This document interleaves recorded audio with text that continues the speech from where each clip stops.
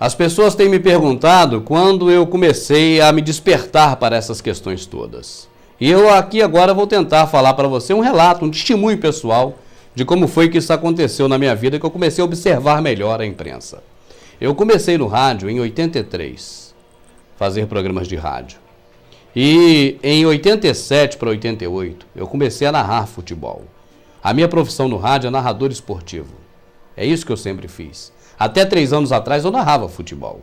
Passei por quase todas as emissoras do Rio. Só não passei pela Globo e pela Tupi em AM.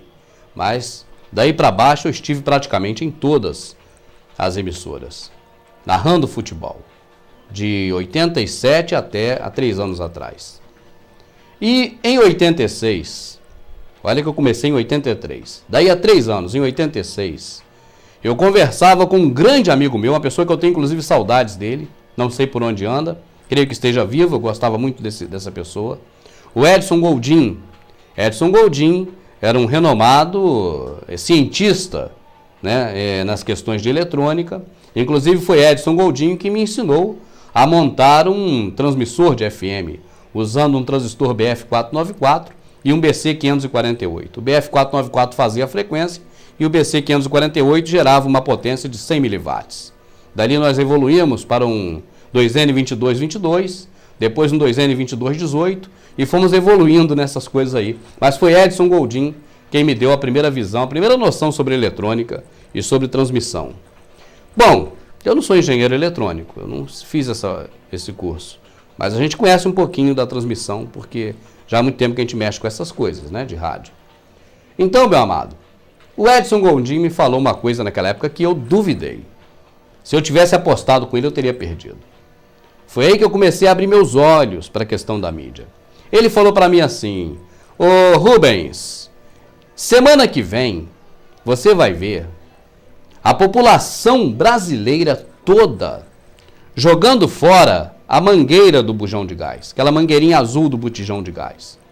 Você vai ver a população toda jogando fora a sua mangueira que liga ou interliga o botijão de gás ao fogão e indo na loja comprar uma mangueira nova. E eu falei: ô Edson Goldin, você está sonhando. Essas mangueirinhas azuis do bujão, isso dura muito, isso não racha, não abre. Uma mangueirinha dessa dura 20 anos ou mais. E ele falou: então, mas você vai ver. Semana que vem, o Brasil todo vai jogar fora as suas mangueiras azuis e vão comprar umas mangueiras modernas. E eu falava: baseado em que você fala nisso? Alguma lei vai obrigar a pessoa a jogar fora a mangueira? Ele falava: não, Rubens, é mais forte que a lei. Eu falava: será que a polícia vai encostar uma arma e obrigar? Não, meu irmão Rubens. É mais forte do que a polícia. É mais forte até do que a religião. E eu perguntava: meu amado Edson Goldin, meu amigo, o que então que vai fazer com que essas borrachas, essas mangueirinhas azuis do bujão sejam jogadas fora todas de uma vez? E o Edson Goldin falou para mim: olha, existe um poder maior. Existe um poder maior do que a religião. Existe um poder maior do que a polícia.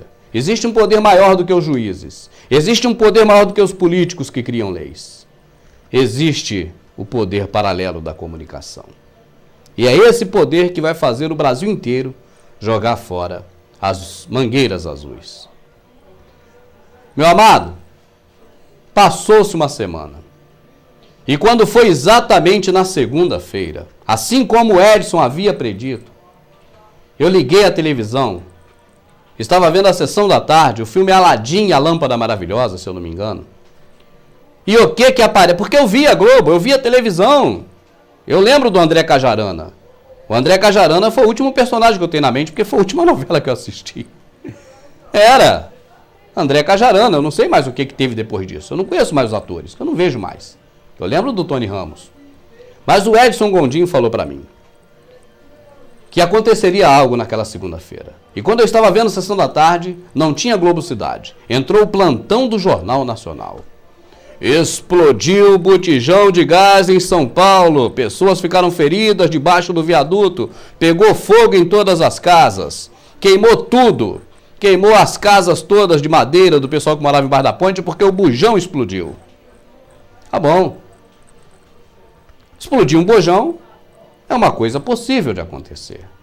Pode ser uma coincidência. E pegou fogo, queimou as casas todas. Eu não sei quem fez aquele bujão explodir até hoje, meu amado. Eu não sei qual foi o capeta, o satanás que fez aquele bujão explodir e matar tanta gente ali, porque morreram pessoas, foram pessoas queimadas. Era uma notícia verdadeira, o bujão explodiu mesmo. Passou, veio a noite, mais detalhes no Jornal Nacional. Eu pensei que no Jornal Nacional fosse continuar falando daquela explosão de São Paulo. Não, aquela já é história passada. Explodiu mais um bujão agora na favela do Rio. Pessoas foram socorridas no hospital tal. E toma-lhe manchete. Acredite se quiser, meu amado. Na terça-feira explodiu o bujão no Ceará, não sei aonde. Na quarta-feira explodiu o bujão. Na quinta explodiu o bujão. Porque agora, meu amado, eles estão mais devagar. Agora eles não pulam muito para balançar o galho, que eles sabem que quebra. Mas antigamente, meu amado, eles pulavam em cima do galho porque sabia que não quebrava. Nós estávamos muito cegos, meu amado. Já não estamos mais tão cegos, por isso eles têm mais cuidado agora. Mas antes era assim, ó. Era tapa na cara, era chute nas partes baixas. Porque eles não sabiam que nós estávamos despertos. E não estávamos mesmo. Então, explodiu o bujão a semana toda. Quando foi quarta-feira, houve um chamado. Não percam, neste a sexta-feira, Globo Repórter, as explosões dos bujões. E toma-lhe mais bujão explodindo. Eu nunca vi onde eles arrumaram tanto bujão para explodir. Apareceu, inclusive, eu lembro de uma cena no interior do Ceará, se eu não me engano, ou em Pernambuco. Uma senhora muito pobre, em que a casa dela é uma casa feita de supapo, estuque de barro.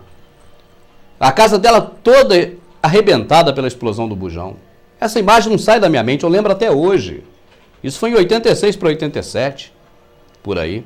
E eu me lembro até hoje dessa imagem na minha mente, da casa dela explodindo lá no Ceará. Claro que não mostrou a explosão, mas mostrou a casa destruída pela explosão.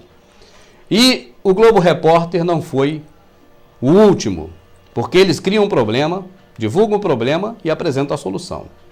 O que aconteceu, meu amado? O Edson já tinha me dito, olha, criaram um Inmetro. O Inmetro é um órgão novo do governo, que está funcionando.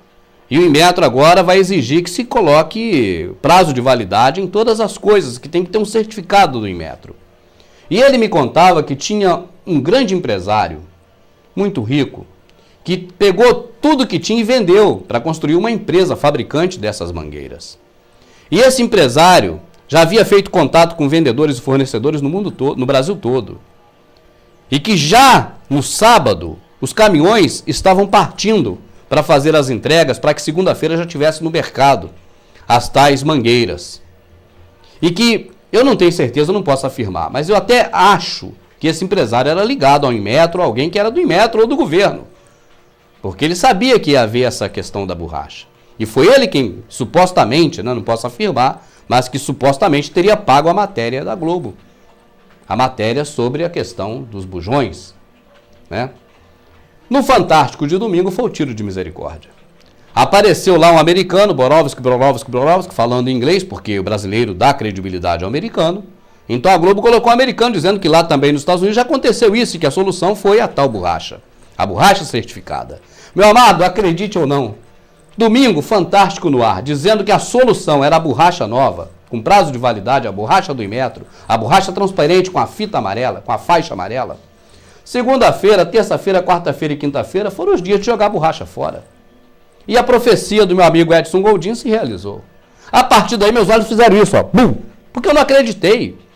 Eu não acreditei que isso aconteceria. Uma profecia se cumprir na minha frente.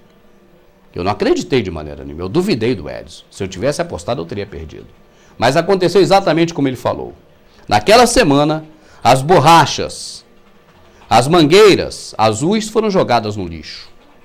As mangueiras azuis que quase ninguém comprava. Não dava lucro para fabricante da borracha. Porque a pessoa comprava uma hoje e outra daí a 20 anos.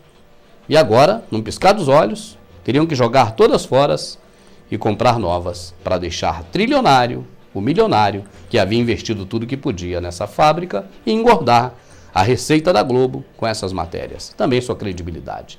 Cada vez a Globo tem mais credibilidade. E cada vez mais dinheiro, porque os alienati as dão essa condição.